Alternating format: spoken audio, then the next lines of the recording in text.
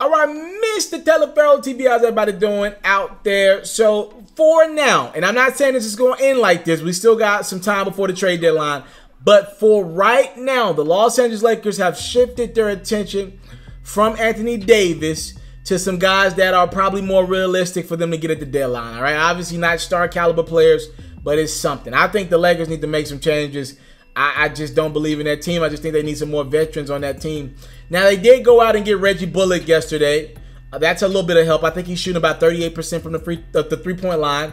LeBron could use some shooters this year, so he's shooting it at a nice little clip there. That was a trade with Detroit, if I'm not mistaken.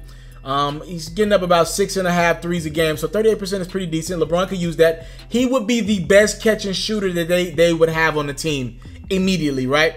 But they're not done. They want some more help. If the Lakers can go out and get Trevor Ariza of the Washington Wizards, he's going to be atop their list. Here's what this really comes down to, all right? This is all about calling your bluff. What do I believe I can get from you? I'm going to call your bluff, right? The Washington Wizards, over the last few months, the asking price for Bradley Beal, John Wall, Trevor Ariza, and even Otto Porter Jr. have been incredibly high, right? But news hit them yesterday. News really hit the Washington Wizards yesterday.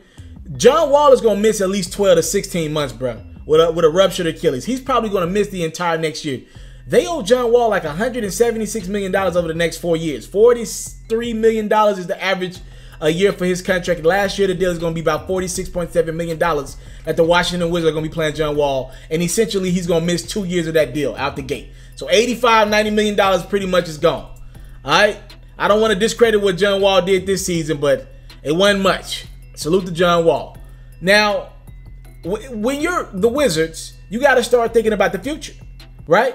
You got this guy who's going to miss this extended period of time, and now you're looking around like, okay, do we move on? Do we try to rebuild this team? Do we trade Bradley Beal? Like, what do we do if we're the Washington Wizards right now? Like, do you try to trade Otto Porter Jr.? Like, I think now it's call your bluff season with the trade deadline looming. You're pretty much asking owners, all right, you see what you got? I'm gonna call your bluff. How much you really willing to go over the luxury tax for a team you know is not gonna contend, but can't make a lot of moves with their guys because nobody trade for John Wall right now? We're gonna call your bluff. We're gonna call your bluff. Y'all wanted all this for Trevor Ariza, all this for Bradley Beal. What now? If y'all don't make a trade, y'all just gonna get deeper and deeper into that luxury tax. We're going to call you bluff. And I think the Lakers will be able to pull something off for Trevor Ariza.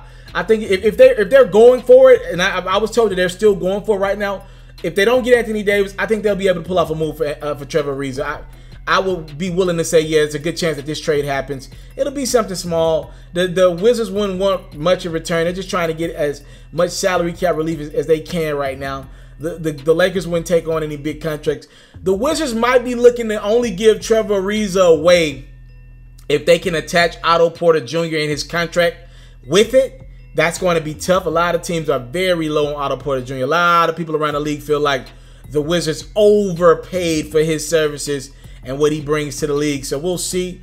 Again, the Lakers are searching for some help on the perimeter, some veteran leadership. And by the way, man, the Houston Rockets have not been the same since they let go Trevor Ariza last summer. Can we admit that, please? That the Rockets should have just went deep into the luxury tax. They're out here searching for another star when they should have just paid Luka Mbah-a-Moute and Trevor Ariza and kept that team together, and they probably would have been better off, right? Trevor Ariza, man, he's not going to get enough credit. He's not a star in this league. He's not going to wow you with his stats night in, night out. But what he does, he's really, really good at it. He's really, really good at being reliable every night, right? Thank y'all so much for the time, love support. I like Trevor Ariza on the Lakers. I think it will help a lot with what they got going on right now. I'll keep you guys up to date on if this trade happens and any other trade, NBA trade deadline looming. And we got you covered here on my platform. I'm out. I came from nothing, but I want everything God has for me. I interview celebrities. I talk sports. I still represent the culture. I got the kids. You are now tuned in. Yo, we locked in right now, Mr. Telefero. Mr. Telefero. Mr. Telefero. Mr. Telefero. Shout out to Mr. Telefero. You're watching Mr. Telefero TV. Mr. Telefero TV. Here with the Triple B's, you can't do nothing but win.